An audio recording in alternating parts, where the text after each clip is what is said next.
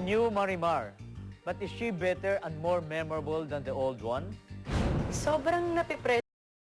Take ko po yun as a challenge na lang para sa akin. Ayoko silang biguin. Gusto ko i-prove sa kanila na tama yung pinili nila as Marimar. Marian Rivera fits the bill, undeniably. Siya ang inyong bagong kahuhumalingan, ang dalagang magpapatibok ng inyong mga puso gabi-gabi. Marian Rivera is the newest Marimar and undeniably the next important star on Philippine TV. Marian Rivera, Marimar. Marian, marunong ka mag-Spanish, ano? Greet mo kasi sila in Espanyol. Habla Espanyol? Sí, pero un poco. Sige ako, batiin mo sila in Spanish. Hola, buenas noches. Yo soy aquí in Mr. Riquelo Show. Okay, i-translate ko. Good evening, everybody. Andito ako sa show ni Ricky Lo, di ba? Sa Spanish yung background. Marian, ano unang reaction mo nung malaman mo ikaw ang gaganap sa papel na Marimar? Reaction ko po, halo-halo po eh. Masaya, kinabahan, na-pressure. Kasi actually po ano yan eh, surprise po yan para Oo, sa akin. sinurpresa ka. Pinapunta po ako sa bahay ng Kasama si manager. Popoy, di ba? Opo. Sa script, di ba? So, tapos may mga staff doon, tapos may po silang letter sa akin. Tapos pagbasa ko ng letter, ako daw po yung gaganap ng Marimar. Parang, ha? Ako na ba talaga to? So parang naiyak ako sa sobrang tumahan, napayapos ako kay Popoy. Parang sabi ko, wow. Parang sobrang dininin talaga ng Diyos yung panalangin ko na talagang pinag-pray ko na sana makuha ko tong Marimar. Confident ka ba na ikaw makuha doon sa role? Hindi ko po siguro magagamit yung salitang confident ako. Siguro pinaghandaan. Pinaghandaan. Sa pagsasayaw, nag-internet ako tungkol sa kanya. Nagpatahi ako ng damit kay JC para isuot ko dun sa audition ko. So lahat po pinaghandaan ko. Pati yung pag-acting niya, the way na magsayaw siya. So pinag-aralan ko po lahat yun. So, nung audition, anong pinagawa sa inyo? Pinakanta, pinasayaw? Sa audition po, pinaarte po ako ng 3 beses. Yung isa, kausap ko si Pulgoso, and then with Ding Dong Dantes. Tapos yung last, sayaw ng Alam Marimar. So, malaking pressure ba sa iyo ito, Marian? Malaking challenge, ano? Sobrang laking Kasi pressure laking po talaga. project nito. Opo. Sa ang laki ng ng station sa'yo, ang faith sa'yo, at malaking expectations, di ba? Opo. Nape-pressure ka ba? Sobrang nape-pressure po ako, pero tinitake ko po yun as a challenge na lang para sa akin na mas kailangan pagbutihin ko yung trabaho ko, gawin ko yung anong gusto nilang gawin ko na magugustuhan ng mga GMA management. Dahil ako din sa sarili ko, ayoko silang biguin. Gusto ko i-prove sa kanila na tama yung pinili nila as Marimar. Anong pagkakaiba ng Mexican Marimar at ang Pinay version ng Marimar? Siguro po hindi naman ganun kalaki yung pagkakaiba, pero mas madami po silang idinagdag, mas marami pong mas magugustuhan, ginawang mas Pinoy, mas makaka-relate din yung bawat isang Pilipino. Nilagyan ng Pinoy flavor, di ba? Ayun po. Anong pagkakapareho mo kay Marimar? Siguro po yung pinaka-the best na malapit doon. Parehas kami siguro na sa sayaw. Sa sayaw. Masasabi ko na kaya ko ding sumayaw ng kaya niyang sayawin. Si Ding Dong Dantes ang gaganap na seryo, di ba? At very passionate ang maeksena nyo. Hindi na Marimar at seryo, di ba? Posible ba na magka-develop ang kayo ni Ding Dong? Ay!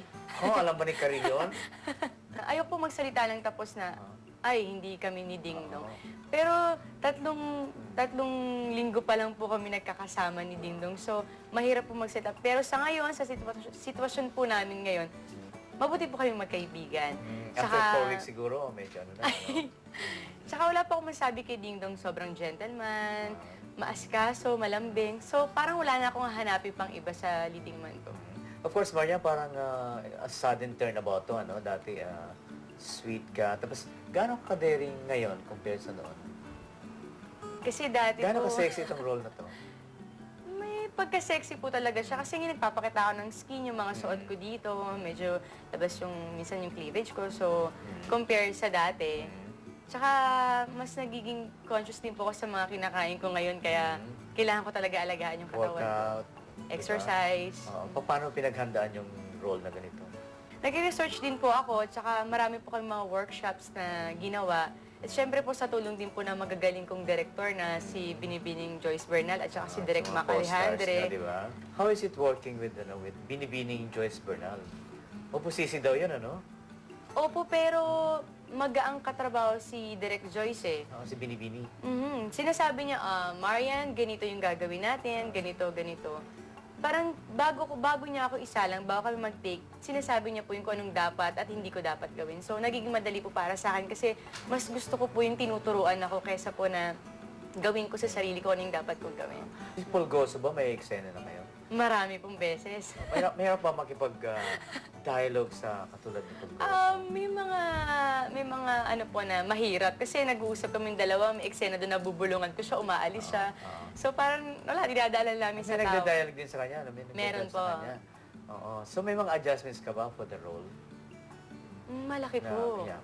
Kasi kung i-compare po siya dati sa mga soaps pong nagawa ko, parang Oo. pa-sweet, iiyak, aapihin. Dito hindi, medyo Fighter, no? polite na, medyo palambing na, Medyo sa lubang ko doon. ay mga ganun po na, parang wala sa isip niya, parang hindi niya alam yung mga bagay-bagay. Pero pag pinapanood mo siya, parang pa-sexy na malambing na nangaakit. Parang ganun yung Pasad dating lang niya. pala yung pagka-inosente, kunwari.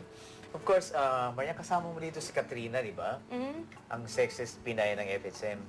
Hindi ka ba nag-worry na baka i-compare kayong dalawa? Siyempre, hindi maiwasan yun.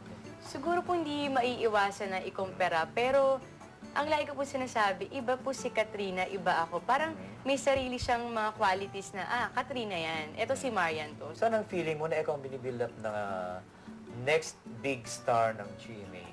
Siguro po hindi Challenge yun, ko na po iniisip na ako yung star ng GMA o ako yung binibuild up nila na kung ano man po yung gusto nila sa akin. Ang nasa isip po ngayon, kung paano ko po pagbubutihin yung trabaho ko, kung paano ko ibibigay 100% ko para yung mga expectations po kasi sa akin sobrang laki. Oo, So, sobra-sobra. ayoko po na sabihin lang nagkamali sila. Gusto ko patunayan po sa kanila na tama po lahat ng desisyon nila na kinuha po nila ako. So, anong dapat naming expect sa Pinoy version ng Marimar? Sinisigurado ko po na mas kung dati po na Talia yung nagugustuhan nila, mas tayo na po siguro ngayon kasi mas may Pinoy na ano po yung gagawin namin eh. Hindi lang basta, eto Marimar, na May ginaya. pinag- Hindi po basta namin ginaya. Mas pinaganda pa po lalo. Basta po, abangan niyo po ang Marimar. Sa August na po yan. Sana po suportahan niyo po ako at lahat po kami dito, ibibigay po namin lahat ng best para sa inyo.